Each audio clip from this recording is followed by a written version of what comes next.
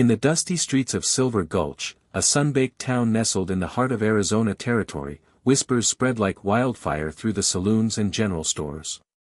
Eliza Hawthorne, the belle of the frontier with her fiery red hair and piercing green eyes that could stare down a rattlesnake, had just turned down her 13th suitor, oil baron from Texas named Harlan Voss, whose pockets were deeper than the Grand Canyon itself. But what sent jaws dropping from the blacksmith's forge to the preacher's pulpit was her choice, a penniless cowboy named Blackjack Riley, a drifter with nothing but a worn-out saddle and a six-shooter that had seen better days. The town buzzed with disbelief. Why would the heiress to the largest ranch in the county throw away fortune for a man who couldn't afford a new pair of boots? Little did they know, the real shock was barreling toward them like a runaway locomotive, hidden in the shadows of Jack's mysterious past. Eliza stood on the porch of her sprawling ranch house, the hawthorn spread, watching the sun dip low over the jagged mesas. At 25, she was no wilting flower. She'd been raised by her father, Old Man Hawthorne, to rope cattle and shoot straighter than most men. When he died last winter from a sudden fever, he'd left her everything. 5,000 acres of prime grazing land, a herd of longhorns that could feed an army, and a safe full of gold coins from his mining days. Suitors had come crawling out of the woodwork like scorpions after rain, each one richer than the last, each promising her the moon wrapped in silk. The first had been Montgomery Blaine, a banker from San Francisco with a mustache waxed to perfection and a ledger book always at hand. He'd arrived in a fancy carriage, flashing diamond rings and talking of merging her ranch with his investments. "Darlin', with my money and your land, we'd rule the West," he drawled, his eyes gleaming with greed. But Eliza saw through him, the way his gaze lingered on her father's old mine shafts, not on her. She sent him packing with a polite but firm no, and the town chuckled, figuring she'd hold out for someone better. Then came suitor number 2, Elias Thorpe, a railroad tycoon whose train snaked through the territory like iron veins. He brought gifts, silk dresses from Paris, a pearl necklace that caught the light like stars. "I'll build a spur right to your door, Eliza. We'll ship your cattle to Chicago and live like kings." But his hands were too soft, his smile too calculated. She rejected him under the cottonwood tree by the creek, and whispers turned to murmurs, maybe she was playing hard to get. The rejections piled up like spent cartridges. Number 3 was a cattle baron from Wyoming, number 4 a silver mine owner with claims in Nevada. Each brought wealth, land deeds, stock certificates, even a racehorse once. By the 7th, a lumber magnate from Oregon, the town was betting on who she'd pick. Saloon bets reached $50 a head. But Eliza turned them all away, her reasons private but her resolve ironclad. "I won't marry for money," she'd say to her loyal ranch hand, old Pete, who shook his head in bewilderment. "I want a man who sees me, not my fortune." Suitors 8 through 12 came in a blur, a shipping heir from the coast, a politician with Washington connections, a fur trader with pelts worth a king's ransom, a brewery owner promising endless whiskey rivers, and a stagecoach mogul with routes spanning the Rockies. Each left with tails between their legs, egos bruised, and the townfolk scratching their heads. "She's loco," they'd say over poker games. 13 rich fools, and she says no to them all. Harlan Voss, the 13th, was the final straw. He rode in on a stallion black as midnight, his suit tailored in New York, pockets lined with oil money from the Texas fields. "Eliza, honey, I'll drill wells on your land, turn dirt to gold. We'll be richer than Croesus." He proposed on one knee in the town square, a crowd gathered like vultures. But she lifted her chin, her voice steady as a rifle shot. "No, Mr. Voss. My heart's not for sale." The crowd gasped, Voss turned red as a branding iron and stormed off, vowing she'd regret it. That's when Jack Riley drifted into town. He was a tall drink of water, broad-shouldered with sun-leathered skin and eyes the color of storm clouds. His horse was lame, his hat battered, and his wallet emptier than a dry well. He'd hitched a ride on a freight wagon, looking for work as a cowhand. No one knew much about him, said he hailed from somewhere back east, maybe Kansas, with a drawl that hinted at Texas. He took odd jobs, mending fences at the livery, breaking broncos for pennies. But fate threw him into Eliza's path one scorching afternoon. She was riding back from checking the herd when a band of rustlers ambushed her, 3 masked men on horseback, guns drawn, aiming to steal her prize steers. Bullets whizzed like angry hornets. Eliza fired back with her Winchester, dropping one, but the odds were against her. Then, out of nowhere, Jack thundered in on a borrowed nag, his 6-shooter blazing. He winged the second rustler, sending him fleeing, and tackled the third off his horse in a cloud of dust. The fight was brutal, fists flying, blood spilling, until Jack stood victorious, hat askew, breathing heavy. "You all right, ma'am?" he asked, tipping his hat, his voice rough as gravel. Eliza nodded, heart pounding not just from the danger. "I am now." "Who are you?" "Jack Riley. Just passin' through." From that day, sparks flew hotter than a forge. Jack took work on her ranch, proving his worth with every dawn to dusk shift. He wasn't much for words, but his actions spoke volumes, fixing the barn roof in a thunderstorm, nursing a sick calf back to health, sharing quiet evenings by the fire where he'd strum an old guitar and sing ballads of lost love. Eliza saw in him what the rich suitors lacked: honesty, grit, a soul untarnished by gold fever. The town watched in stunned silence as their courtship unfolded. Whispers turned to outrage. "She's throwin' it all away on that no-account drifter." But Eliza didn't care. 3 months later, under a harvest moon, they wed in the little white church, with old Pete as witness and the preacher stumbling over his words in shock. No fancy reception, just a simple supper at the ranch. Jack had nothing to offer but his name and a silver locket from his ma. "I ain't rich, Eliza, but I'll love you true," he vowed. What happened next would shatter Silver Gulch like a dynamite blast in a mine shaft. It started small, a missing heifer here, a cut fence there. Eliza chalked it up to coyotes or drifters. But Jack's eyes narrowed. He patrolled the ranch at night, his instincts honed from years on the trail. One midnight, he caught a shadow slipping toward the barn. A chase ensued across the moonlit plains, ending with Jack wrestling the intruder to the ground. Pulling off the mask, he stared into the face of a hired gun from town, paid by none other than Harlan Voss. "You tell your boss this ends now," Jack growled, letting the man scamper off like a scared rabbit. But it was only the beginning. The next day, a letter arrived, unsigned, but the threat clear: give up the ranch or face the consequences. Eliza's blood ran cold. Jack's jaw set like stone. "They're comin' for us," he said, loading his rifle. Who were they? The rejected suitors, it turned out, had formed a secret pact.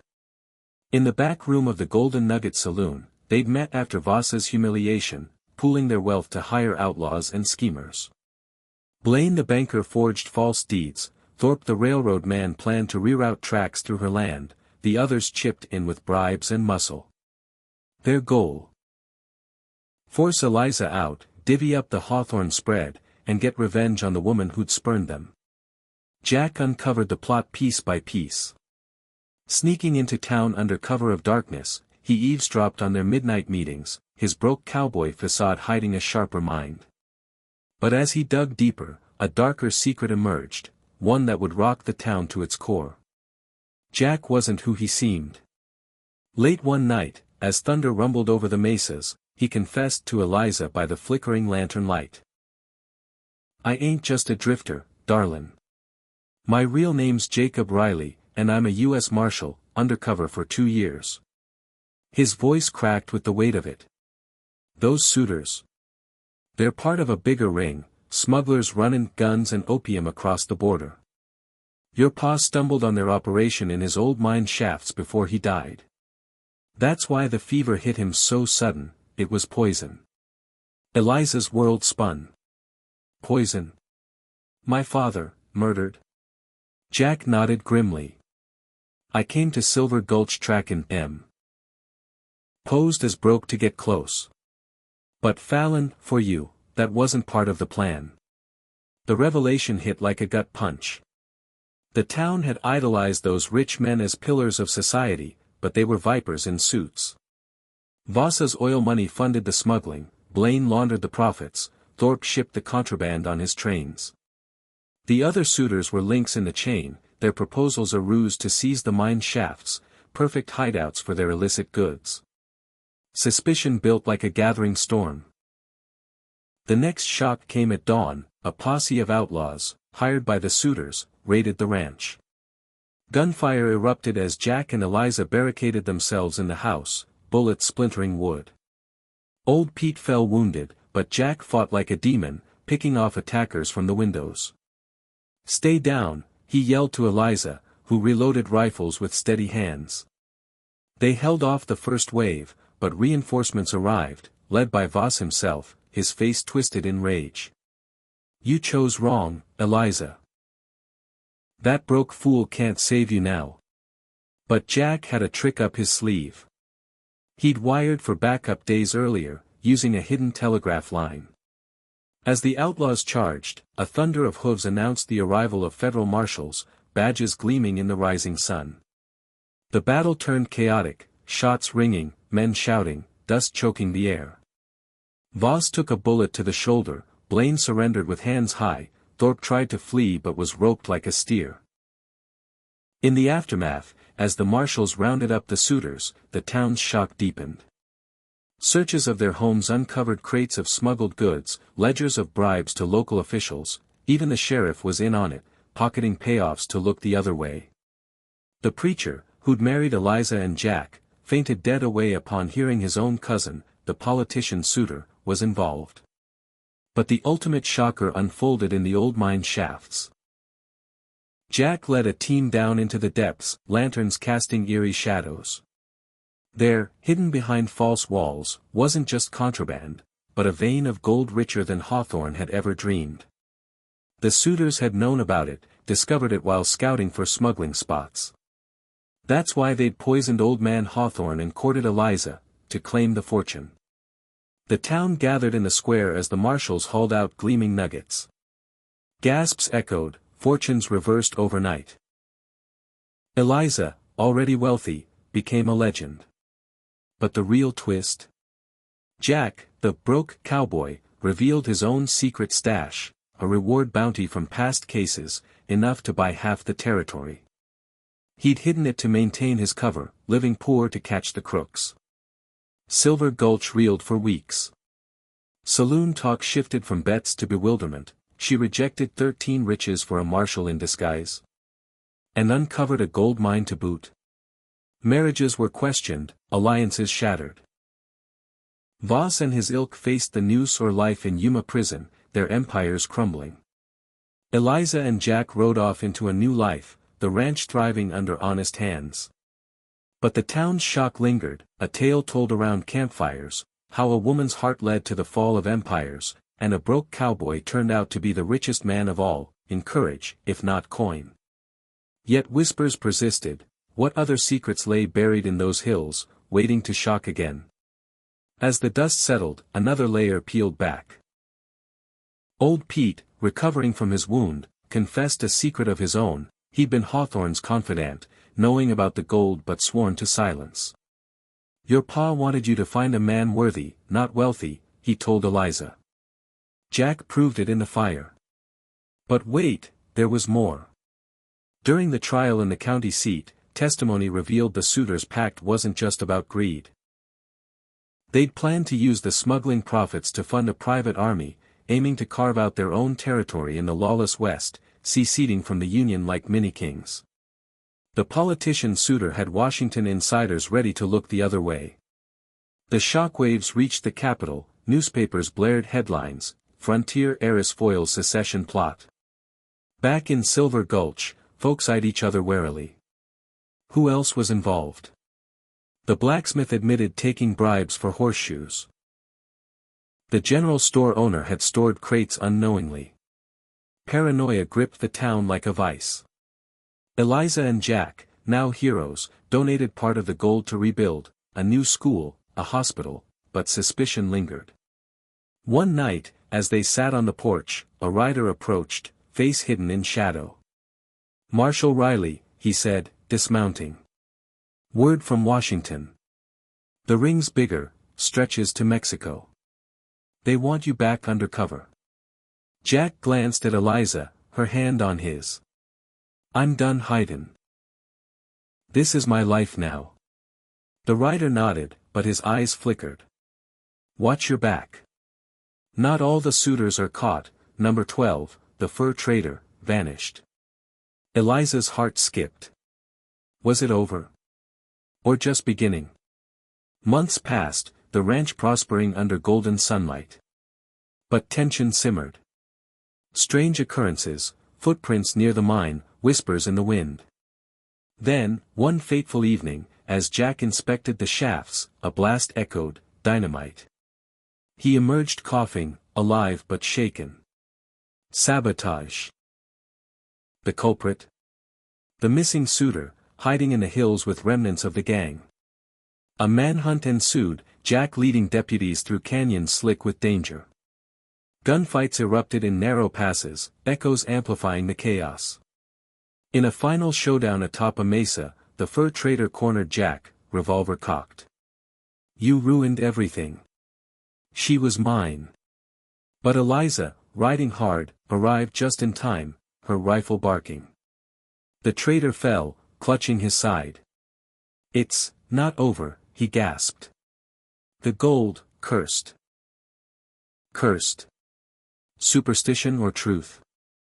As they dragged him away, he babbled of an ancient Indian legend. The vein was sacred, bringing ruin to greedy souls. The town laughed it off, but when a sudden cave-in claimed no lives but sealed part of the mine, doubts crept in. Eliza and Jack pressed on, their love a beacon. Yet the shocks kept coming. A letter from Jack's past, a long-lost brother, thought dead, alive and claiming half the bounty. Family drama unfolded, revealing Jack's upbringing in poverty, his drive to justice born from witnessing his parents' murder by outlaws tied to the same smuggling ring. The town, once shocked by her choice, now revered them. Parades, toasts in the saloon. But in quiet moments, Eliza wondered, what if she'd chosen differently? Would the plot have succeeded, the West torn asunder? Years later, their children played on the ranch, tales of the 13 suitors' bedtime stories. But one final shock awaited. Digging a new well, workers unearthed bones, Old Man Hawthorne's real killer, a hired assassin buried shallow, with a locket matching one suitor's gift. The cycle closed, justice served. Silver Gulch transformed, prosperity flowing. Yet the hook lingered. In the West, fortunes flip like coins, and love's choice can shock the world.